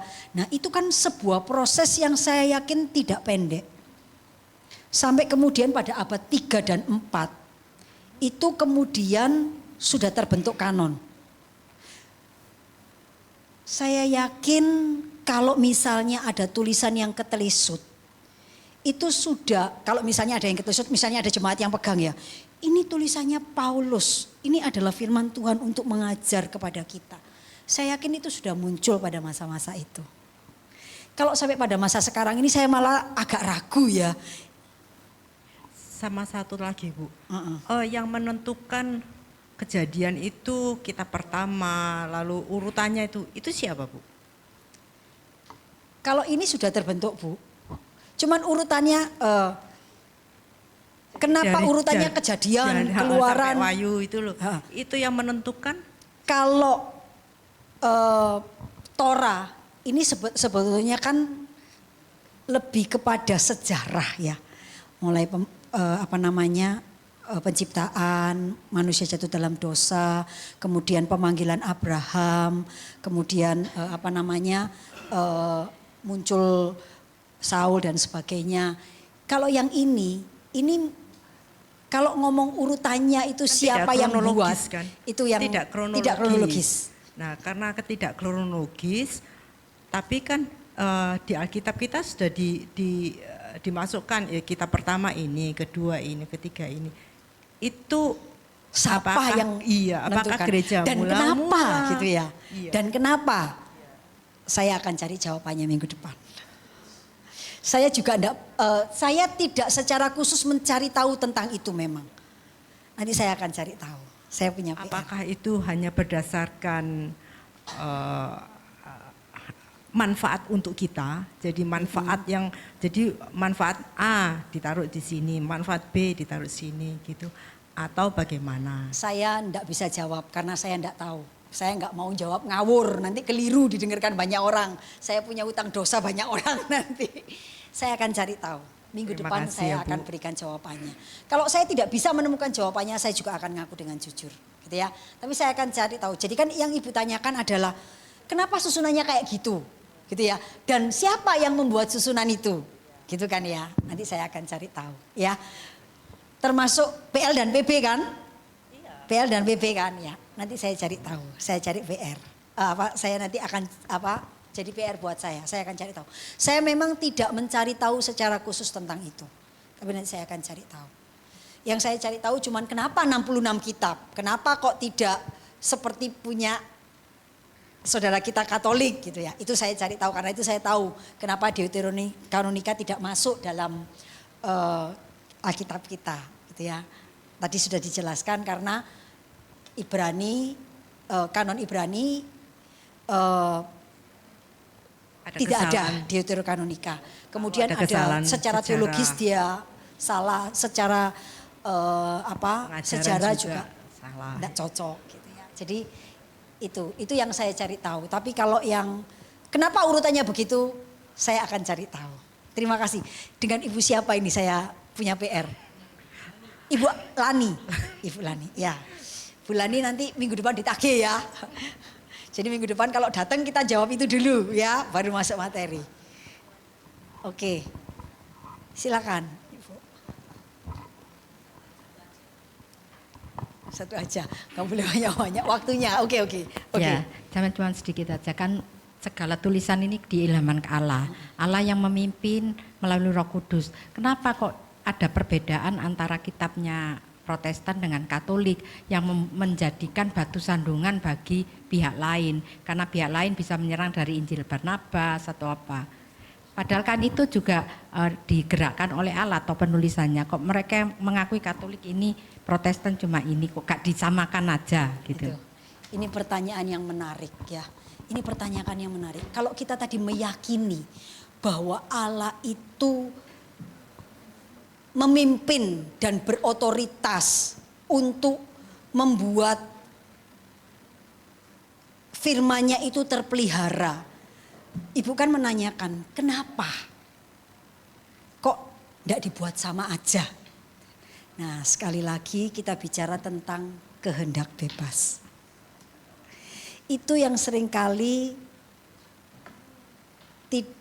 kita tidak bisa ngomong gini. Kenapa? Kok Allah? Nah, karena manusia punya kehendak bebas. Di dalam kehendak bebas itu kita memilih memutuskan melakukan apa. Saya tidak mengatakan. Tapi mereka punya kehendak bebas ketika memutuskan mempercayai kitab itu. Kita memilih tidak mempercayai karena kita punya kriteria. Berarti kriterianya tidak sama antara yang dibuat. Mungkin itu. Dan kalau kita lihat apokrifa itu baru diterima tahun 1500 abad ke-16. Itu setelah 10 abad dari kanon ini terbentuk. Saya juga enggak tahu alasannya. Saya agak lupa. Saya punya catatan atau tidak. Kenapa orang Katolik memilih itu?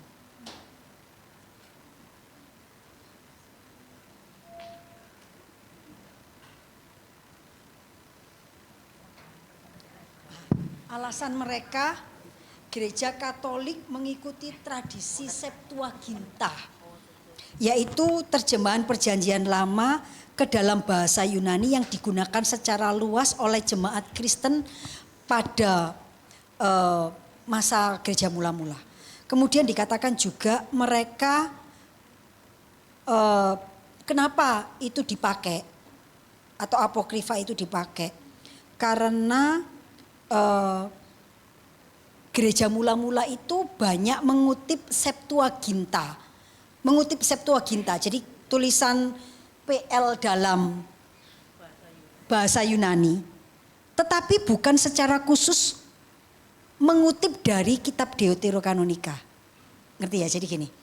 Di dalam kitab Septuaginta itu ada PL ini ditambah apokrifa. Nah, orang-orang Katolik itu menganggap gereja mula-mula itu sering mengutip Septuaginta, tulisan-tulisan ini. Tetapi tidak pernah mengutip Deuterokanonika. Tetapi karena Deuterokanonika itu ada di dalam Septuaginta, karena itu dianggap, jadi misalnya ini Septuaginta, ini Septuaginta ya. Ada bagian, inilah Septuaginta misalnya gini ya, ini semua Septuaginta. Ini PL, ini apokrifa. Orang gereja mula-mula itu sering mengutip Septuaginta. Tapi yang dikutip itu sebetulnya hanya PL, ini enggak. Tetapi karena ini masuk dalam Septuaginta, mereka anggap ini sebagai firman Tuhan. Gitu ya. Jadi di dalam teologi orang Katolik kita agak berbeda ya. Kalau kita itu hanya oleh firman Tuhan. Gereja Protestan itu meyakini bahwa yang menjadi dasar kebenaran itu cuman firman Tuhan. Betul ya? Sampai di sini kita deal ya. Tetapi gereja Katolik itu punya yang disebut tradisi gereja. Selain Alkitab, tradisi gereja itu juga menjadi salah satu pedoman yang mereka yakini sebagai kebenaran. Nah, bedanya kita di sana, itulah yang kemudian menjadi miss. Itu yang kemudian menjadi hal yang membuat kemudian kita itu pada titik tertentu itu beda arahnya. Karena kalau kita itu hanya bertumpu pada satu kebenaran yaitu firman Tuhan, kalau mereka enggak, mereka firman Tuhan dan tradisi gereja. Nah, Deuterokanonika itu banyak digunakan gereja mula-mula yang mengutip Septuaginta sebagai tradisi gereja yang sering digunakan, tetapi sebetulnya bukan mengutip Deuterokanonika. Hanya Septuaginta itu memuat Deuterokanonika. Nah, yang saya juga enggak tahu kenapa di dalam Septuaginta itu bisa ada Deuterokanonika. Lah itu yang saya belum belajar. Nanti tak belajar dulu, nanti minggu depan saya jawab. Saya punya 2 PR ya. Kenapa susunannya begitu dan kenapa di Septuaginta itu ada Deuterokanonika gitu ya. Nanti saya cari. Betul. Betul. Saya itu sempat baca karena apokrifa atau Deuterokanonika itu dianggap tulisan-tulisan yang baik untuk dibaca.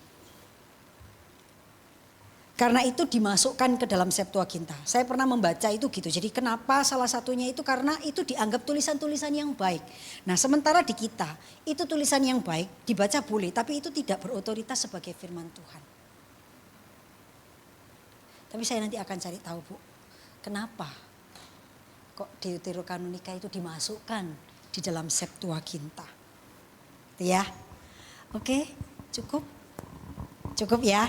Terima kasih. Semoga masih mau. Oh, nanti lupa, Pak. Minggu depan. Minggu depan ya. Oke.